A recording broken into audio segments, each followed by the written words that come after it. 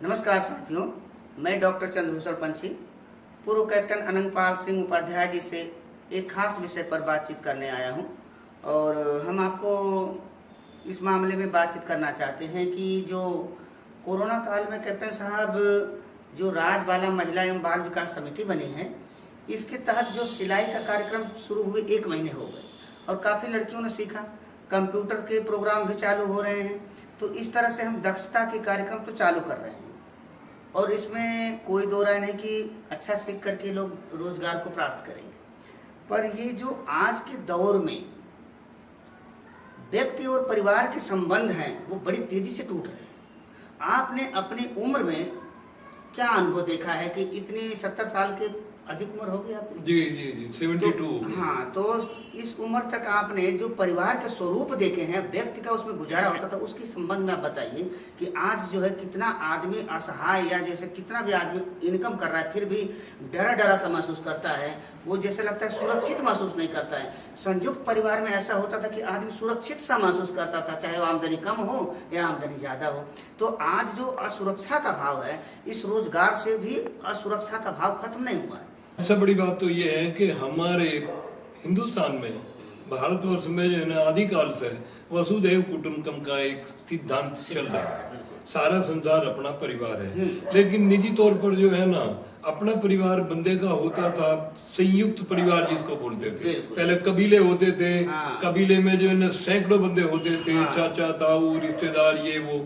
उसके बाद वो भी टूट गया। वो टूटकर जो है ना फिर संयुक्त परिवार रह गया। संयुक्त परिवार का मतलब इतना रह गया है कि पिताजी हैं, उनके भाई साहब हैं, माता पिताजी हैं और बाकी बच्चे हैं। चाचा ताऊ, दादा दादी, चाचा ताऊ के बच्चे भी उसमें इंक्लूड हो जाते थे।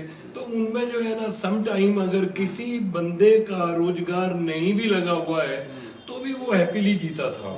सुरक्षित महसूस करता, सुरक्षा, वो सुरक्षित था क्योंकि उसको पता है कि तेरा चाचा जो है तेरी मदद के लिए है, तेरे ताऊ जी तेरी मदद के लिए हैं, तेरे पिताजी तेरी मदद के लिए हैं। लेकिन जैसे जैसे दुनिया बदलती गई, रोजगार आगे बढ़ते गए, बंदा एक जगह से दूसरी जगह पोस्टिंग चला गया है, वहीं पर उसने जो है ना एक मकान बना लिया, वहीं पर वो रहना शुरू हो गया। धीरे धीरे होते होते जो है ना परिवार टूटकर जो है ना माँ बाप बड़ी मुश्किल से जो है ना पति पत्नी और बच्चों तक रह गया है। संयुक्त परिवार टूट गया, संयुक्त परिवार जो है ना टूट गया है। इस बीच में यदि कमाने वाले बंदे, क्योंकि माता पिताजी जो है ना वो ओल्ड एज में हो गए हैं, दे आर नॉट वर्किंग, उसके बीच में जो है ना एक परिवार का जो मेन मेंबर है, अगर किसी कारणवश जो है ना वो बीमार हो गया या उसकी किसी कारणवश जो है ना नौकरी छूट गई तो पूरा परिवार जो है ना अपसेट हो जाता है आर्थिक रूप से। इन बातों को मद्देनजर रखते हुए संयुक्त परिवार जो है ना बहुत ही जरूरी है। इसके अलावा भी जो है ना परिवार में यदि पति पत्नी दोनों मिलकर कुछ काम करते हैं, किसी कारणवश जो है ना पति की तबीयत खराब हो गई, वो नहीं जा पाया या नौकरी छूट गई या बीमार हो गया तो पत्नी उसको संभाल लेती है। इन्हीं बात को मद्देनजर रखते हुए हमने ये सिलाई का काम शुरू किया है। तो बहुत अच्छा कार्यक्रम है कि कम से कम लड़कियां सीख करके अपने पैर पर खड़ी हो रही हैं। या महिलाएं भी हैं जिनको कोरोना से, जिनके घर में आर्थिक हालत खराब हो चुकी है, वो भी लोग कहते हैं कि बहुत अच्छा कार्यक्रम चालू हुआ है, कम से कम निःशुल्क हो रहा है। कैप्टन साहब, हमें ये बात बताइए, आप फौज में थे और काफ़ी आपने फौज में भी देश की सेवा की और जान हथेली पर लेकर के आपने युद्ध में भी भाग लिए। यस, 71 की लड़ाई में बराबर फिजिकली। बिल्कुल। तो वहाँ से आप जीवित सुरक्षित बचे, ये देश के लिए सौभाग्य है। और उससे भी बड़ा सौभाग्य है कि कम से कम आप अपनी पेंशन के पैसे में से कोरोना काल में आपने भोजन बंटवाया गरीबों को। और दूसरी बात है कि इस कोरोना काल में हमारे दुर्भाग्य से हमारी जो माता समान राजबाला जी थी, आपकी पत्नी, उनका कोरोना काल में देहांत हो गया कोरोना से ही। तो उनकी स्मृति में जो हम ये पुण्य के काम कर रहे हैं इतने लोग मिल करके, कि कम से कम अब उनको रोजगार के लिए सुरक्षित प्रदान करने के लिए जो संस्था को, संतुलन विकास मंच NGO को के तहत ये जो राजबाला महिला एवं बाल विकास समिति गठित करके जो आपने उसमें एक अपनी पेंशन से कुछ समय के लिए आपने योगदान कर दिया कि इतने दिन तक हम, साल 6 महीने तक हम अपने पेंशन के पैसे से इसका खर्च उठाएंगे और हम आशा करते हैं कि काफ़ी इसका असर पड़ा है, धीरे धीरे लोग भी जागरूक हो रहे हैं। तो ऐसी हालत में अब आपका क्या कार्यक्रम है कि व्यक्ति जो बेसहारा हो गया उसको कैसे संभाला जाना चाहिए? एक हमारे मन में प्रोग्राम आया है कि क्यों ना ऐसा किया जाए कि जिस तरह से आप मोहल्ले में गरीबों को राशन बंटवाया गया, तो एक सामूहिक अन्न भंडार योजना बनाई जाए। बहुत अच्छी बात है। एक्चुअली पंची जी, ये मेरा विचार भी जो है ना इस बात के लिए बिल्कुल सहमत हैं कि कम से कम मोहल्ले के जो संजीदा और सक्षम बंदे हैं वो एक सेंट्रली कहीं भी किसी के अंडर में भी जो है ना एक ऐसा गोदाम बनाया जाए या ऐसा एक भंडार बनाया जाए जहां पर जो है ना गेहूं चावल जो भी थोड़ा बहुत हो सकता है उसको हम सुरक्षित कर ले, और जो परिवार मोहल्ले में जो अनेबल बंदा है, जरूरतमंद बंदा है, वो उसको वहां से आकर टाइम बिंग जो है ना उसको ये बिल्कुल चिंता न रहे कि मैं भूखा मरूंगा। उसको ये हो जाए कि भाई मुझे वहां से जाने पर जो है ना 10 केजी राइस मिल जाएगा, और वो भी फ्री में न रखा जाए। भाई ठीक है, अभी आपको जरूरत है तो आप इसको लेकर जाइए, लेकिन जब आप सक्षम हो जाते हैं तो आप वापिस करने की कोशिश करिए। कोई कंपलसरी नहीं है। हाँ। और उसके लिए कोई टाइम बाउंड भी नहीं है कि भाई वो 6 महीने में 2 महीने में या 10 महीने में जो है ना, लेकिन नैतिकता के आधार पे, नैतिकता के आधार पर जो है ना आप उसको वापिस कर दे तो इससे दोनों समस्याएं खत्म हो जाएंगी। एक तो भूखमरी भी खत्म हो जाएगी, क्योंकि बंदा जो है ना बीमारी से कम मरता है, तो भूख से बंदा जो है ना उसी तरह से मर जाता है जिस तरह से मैं महसूस करता हूँ कि 6 दिन में जो है ना मेरी घरवाली जो है ना बिना खाने के हॉस्पिटल में मर गई।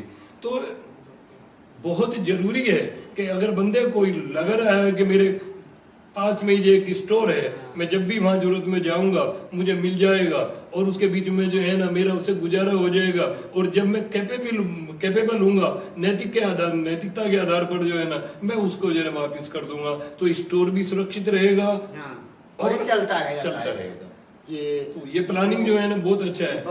और हम तो कहते हैं कि बाकी लोगों से भी जो है ना राय मांगते हैं। हाँ। कि भाई आप लोगों के विचार में जो है ना ये मेरे ही मोहल्ले में नहीं, तेरे मोहल्ले में नहीं, मैं तो कहता हूँ हर मोहल्ले में, हर गाँव में, हर शहर में और हर देश में। वैसे तो सरकार कोशिश कर ही रही है। हाँ। लेकिन सरकार के अलावा हमारा निजी भी अगर ये थोड़ा सा एक ऐसा हो जाए तो that will be more better.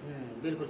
तो इसका कैप्टन साहब हमने पहले भी आपसे इस मामले में चर्चा किया था कि इसमें मेरा प्रोग्राम जो आपको देख करके मुझे प्रेरणा मिली थी उस समय, ये अनाज लेके जाते थे लोग, बहुत अच्छा है, पर वो ऐसा देखा गया कि जिसके घर में अनाज है वो भी आके ले जा रहा है।